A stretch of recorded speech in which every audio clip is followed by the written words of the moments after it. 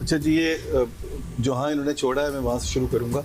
Actually unfortunately हमारे पास कोई solution short term नहीं, तो let's be real about this. As far as current account deficits are concerned, no. Secondly, current account deficit देखिए हमें बड़ा समझने की जरूरत है। It's a symptom, the cause is somewhere else, the cause is fiscal account. Let's please focus on fiscal account, they are low hanging fruit, we can address this.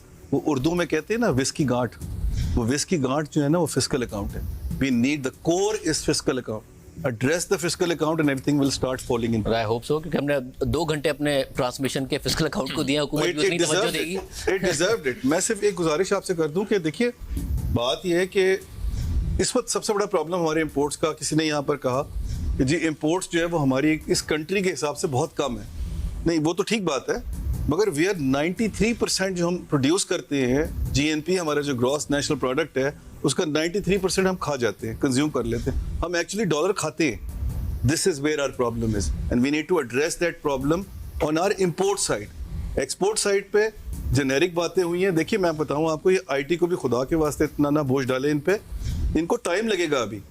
ये नहीं है एक शॉर्ट टर्म सोल्यूशन। अगर आपके पास कोई सबसे short term solution है जो नासिर ने कहा है, और दूसरा पॉसिबली एग्रीकल्चर में हो सकता है कि इतना लॉन्ग टर्म ना हो, उसको लॉन्ग टर्म को मीडियम टर्म करने के लिए गवर्नमेंट बहुत कुछ कर सकती है, ताकि अगर उनको फैसिलिटेट कर दे तो चीजें ठीक हो सकती है। जी, बट रियलिस्टिकली स्पीकिंग ये शॉर्ट टर्म सोल्यूशन जो अगर आपके पास कोई है वो सिर्फ रेमिटेंसेस का है, और दूसरा जो है वो आप एग्रीकल्चर में कुछ कर सके तो कर सके, जहां आपका by the way current account का जो डेल्टा है वो $15 बिलियन है।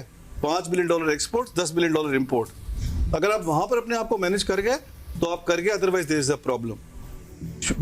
The issue is, देखिए ये बात हो रही है अभी एनर्जी प्राइसेस की, बात हो रही है यहाँ पर इंटरेस्ट रेट की। आप सब्सिडी दे दीजिए ना, हमें कोई इतराज नहीं है कि आप एग्रीकल्चर, आप फर्टिलाइजर के थ्रू सब्सिडी ना दें, आप डायरेक्टली टेक्सटाइल को सब्सिडी दे दें। और मुझे पता है इस प्रोग्राम के बाद मुझे बहुत इस पे गालियां पड़ेंगी कि आप टेक्सटाइल को सब्सिडी देने की बात करें। मैं कर रहा हूँ इस पे बात, बिकॉज मुझे एक्सपोर्ट्स चाहिए।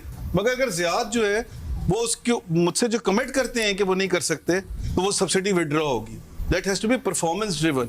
जब तक आप अपने टेक्सटाइल को सपोर्ट नहीं करेंगे, देखिए आईटी में भी कह रहे हैं कि हमें जो इन्वेस्टमेंट करने दे परफॉर्मेंस ड्रिवन कर दे, हमारे बेंचमार्क कर दे। This is exactly what is necessary and we have to do this, textile में भी और आईटी में भी, and same goes for agriculture as well.